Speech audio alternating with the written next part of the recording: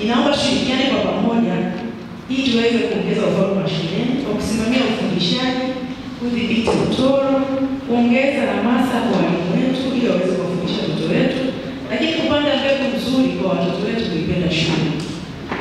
Ninaomba tuende kidogo kwa mwanasaikolojia aliyekuwa anatuelekeza na kutufundisha huko ndani kwamba kuna wakati mwingine mtoto anaichukia shule kwa sababu ya maneno yetu tunayoyasema. Tunawaambia nini watoto wetu? Tunawafundisha nini? Tunawaelekeza nini? Tunawaambia kwamba shule ni ngumu au ni shule ni nyepesi. Anatolea mfano hapo mzazi anawachekesha watoto kwa kitu ambacho unamjengea mtoto tayari hali ya kuchukia shule, hali ya kuchukia baadhi ya masomo. Mimi nilikuwa sipendi hisabati. Tayari unamtengenezea mtoto kwamba kumbe hisabati ni ngumu. Kwa hiyo tujitahidi sana kuona tunazungumza nini na watoto wetu.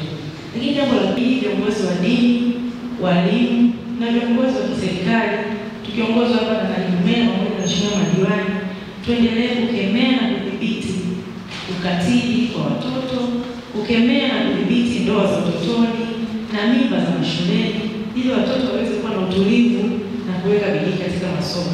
Unajua ukiwa na mtoto mdogo uko darasani lakini mtoto yuko nyumbani akili kidogo haiwezi kukaa vizuri. Kwa hiyo tuendelee kuwakumbusha na kuwataka watoto wetu waweze kuishi katika misingi iliyo bora ili waweze kuepukana na mambo mengine ambayo yanaweza kusababisha kuzima ndoto zao.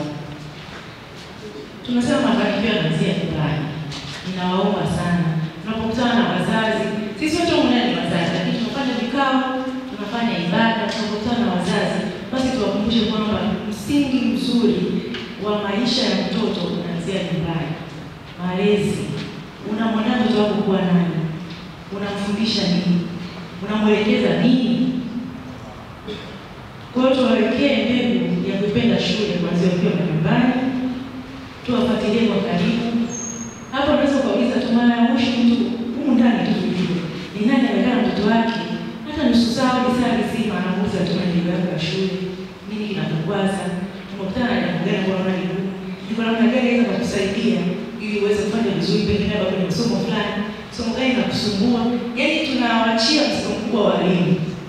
Kwa hiyo naomba viongozi wa dini tunapokuwa kwenye nyumba zetu za ibada, naomba wakumbushe wazazi wao karibu na watoto wao, sababu kuna watoto wanakutana na mambo makubwa, magumu, mabaya, lakini anaogopa hata kumwambia mzazi. Ukali unakuwa umezidi.